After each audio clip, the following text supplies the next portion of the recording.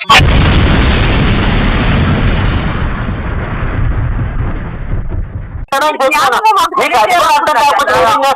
ఇంకా మీకు చదివినిపిస్తే కదా నాకు తెలుస్తుంది. కాదమ్మా, సూర్యుడు దేవుడు, సూర్యుడు దేవుడా కాదంటే మీరు చెప్పలేదు. యేసు దేవుడు అన్నారు, యెహోవా దేవుడు అన్నారు. నేను చదవమంటారమ్మా బైబుల్లో? నేను చదవమంటారా? చదువు చదవమంటాను. మీ దగ్గర ఉంది కదా సార్, ఎప్పుడు ఉంటుంది దరిద్రం. చదవండి. నా ప్రాణమా యెహోవాను సన్నతించుము. యెహోవా అంటే అంటే దేవుణ్ణి అనుసరించమనే కదా. సన్నతించమని, ఆయన పూజించమని, పూజించమంటే పూజించడం. మీరు బ్రాహ్మణ్స్ హెబ్రీ భాషని ఆ విధంగా తర్జుమా చేశారు. నా ప్రాణమా యెహోవాను సన్నతించు అంటే పూజించమని. యెహోవా నా దేవా, నీవు అధిక ఘనత వహించిన వాడు. ఘనత అంటే మీకు తెలుసు కదా సార్. నీవు మహాత్యమును ప్రభావమును ధరించి ఉన్నావు. వర్షము వలె వెలుగును నీవు కప్పుకొని ఉన్నావు. తెరలు పరిచినట్లు ఆకాశ విశాలమైన నీవు పరిచి ఉన్నావు. జలములలో ఆయన తన గదుల దూతలకు వేసి ఉన్నాడు. దూలమును వేసి ఉన్నాడు. అంటే జలములకి దూలం అంటే ఏంటి సార్? హద్దే కదా. అవునా లేదా సార్? అంటే ఇప్పుడు సముద్రం పొంగు రాకుండా దానికి ఏమో మనం ఏం గోడలు కట్టలేదు కదా సార్. ఎంతవరకు వచ్చిందో అది అంతవరకే ఉంటుంది. కానీ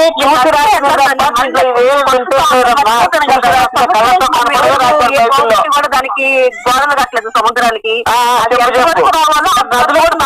నదులు గోడలు కట్టలేదు కదా. నదులు ఉన్నాయి, చెరువులు ఎట్లా ఏర్పడ్డాయి? మన ఎల్లుండికి రావాలి కదా. దేవుడు అంతవరకే కదా సార్ చేసిన దానికి. గోడ కట్టలేదు కదా. సముద్రానికి అప్పుడప్పుడు మరి గోడలు కట్టాడు, బాగానే ఉంది గోడ. అంటే మన ఇళ్ళలో నీళ్ళు ఉండాలి. మన నీళ్ళలోనే నడుచుకున్నట్టు నడుస్తా ఉండాలి. మన ఇళ్ళలో నీళ్ళు. చెప్పమ్మా చెప్పు. వామ్మో, అసలు మామూలు జ్ఞానం కాదమ్మా నువ్వు. మళ్ళీ అది సార్ ముందు నేనంతా చెప్పండి. భూమి తిరగట్లేదు, అంతవరకే హద్దు ఉంటుంది. అసలు మీరు ఏం చదువుకున్నారు మీరు? సార్ నేను చెప్తానన్నాను సార్. చదవలేదు సార్. ఏం చదువుకున్నారు చెప్పండి సార్. మీరు మాట్లాడుతుంటే నేను మాట్లాడను. నేను అడిగిన ఏం చదువుకున్నారు?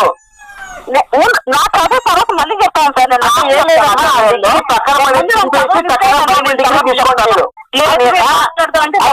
నేనేం చెప్తానంటే మీరు ఆ డిగ్రీ చింపేసి ఖచ్చితంగా బైబిల్ డిగ్రీ తీసుకోండి. ఎందుకంటే బైబిల్లో ఉన్న జ్ఞానం ప్రపంచంలో మీరు నమ్ముతున్నారు. మూలములో వేసి ఉన్నాడు. మేఘములను తనకు వాహనముగా చేస్తున్నాడు. మేఘములు అంటే మేఘములు తనకు దేవుడు వాహనములుగా చేస్తున్నాడు. గాలి రెక్కల మీద గమనం చేస్తున్నాడు. దేవుడు గాలి గమనం చేస్తున్నాడు. అగ్ని జ్వాలలను తనకు పరిచారకులుగాను. అగ్ని అంటే సూర్యుడే కదా సార్. అగ్ని అంటే సూర్యుడు కాదమ్మా, నిప్పై ఉండొచ్చు కదా.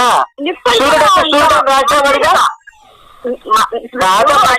సూర్యుడు రాసేవాడు కదా. అగ్ని జ్వాలలను అన్నాడు. ఉన్నానండి. అగ్ని జ్వాలలను తనకు పరిచారకులుగాను ఆయన చేసుకుని ఉన్నాడు. భూమి ఎన్నటికి కదలకుండానట్లు ఆయన దానిని పునాదుల మీద స్థిరపరచును. దాని మీద అగాధ క్షణములను నీవు వస్త్రం వల్ల కప్పితివి. అంటే భూమి మీద నీళ్లను కప్పాడు ఆయన. కొండలకు పైగా నీళ్లు నిలిచను. నీవు గద్దింపగానే అవి పారిపోయిను. అంటే అవి పొంగి రాకుండా దేవుడు అక్కడి వరకు దానికి హద్దులు వేశాడనే కదా. అంటే ఇంకా యువతలకి దాటి రాకూడదు అని దేవుడు ఆజ్ఞాపించాడు. అంతే కదా. గద్దింపంటే నీవు గద్దింపగానే అవి పారిపోయాను. నీ ఉరుము శబ్దం విని త్వరగా పారిపోయాను. అంటే ఉరుము శబ్దం అంటే ఏంటి? దేవుడు అరిచాడనే అర్థం ఏంటి? అంతే కదా సార్. దేవుడు గద్దించినప్పుడు కాదమ్మా ఉరువులు అంటే ఇప్పుడు మనకు వచ్చే ఉరువులన్నీ కూడా దేవుడు గద్దించినట్ట ఉన్నాం సార్. ఇప్పుడు అమ్మ అడిగిందని చెప్పండి. ఇప్పుడు మనకు ఉరువులు వేస్తున్నాయి, పురుగులు పడుతున్నాయి, అవన్నీ దేవుడు అరిచినట్టు అయిపోయింది. ఒక శబ్దం వస్తుంది కదా. ఒక శబ్దం వస్తుంది కదా. అవునమ్మే కాదలే. ఉరిగినప్పుడల్లా దేవుడు మాట్లాడినట్టు అనుకోవచ్చా మరి ఈ లెక్కన? అంతే. ఇప్పుడు పిడుగులు పడ్డా దేవుడు మాట్లాడుతున్నట్టే. మీరు మాట్లాడితే నేనైతే మాట్లాడలేను. ఇప్పుడు ఉరుములు మెరుపులు వచ్చినప్పుడు దేవుడు అనుకోవచ్చా? మీ తర్వాత అనుకోవచ్చు అన్నది అనుకోకూడదు అంటే తర్వాత మాట్లాడదాం. చదువు. నీవు ఉరుము నీవు గద్దింపగానే అవి పారిపోయాను.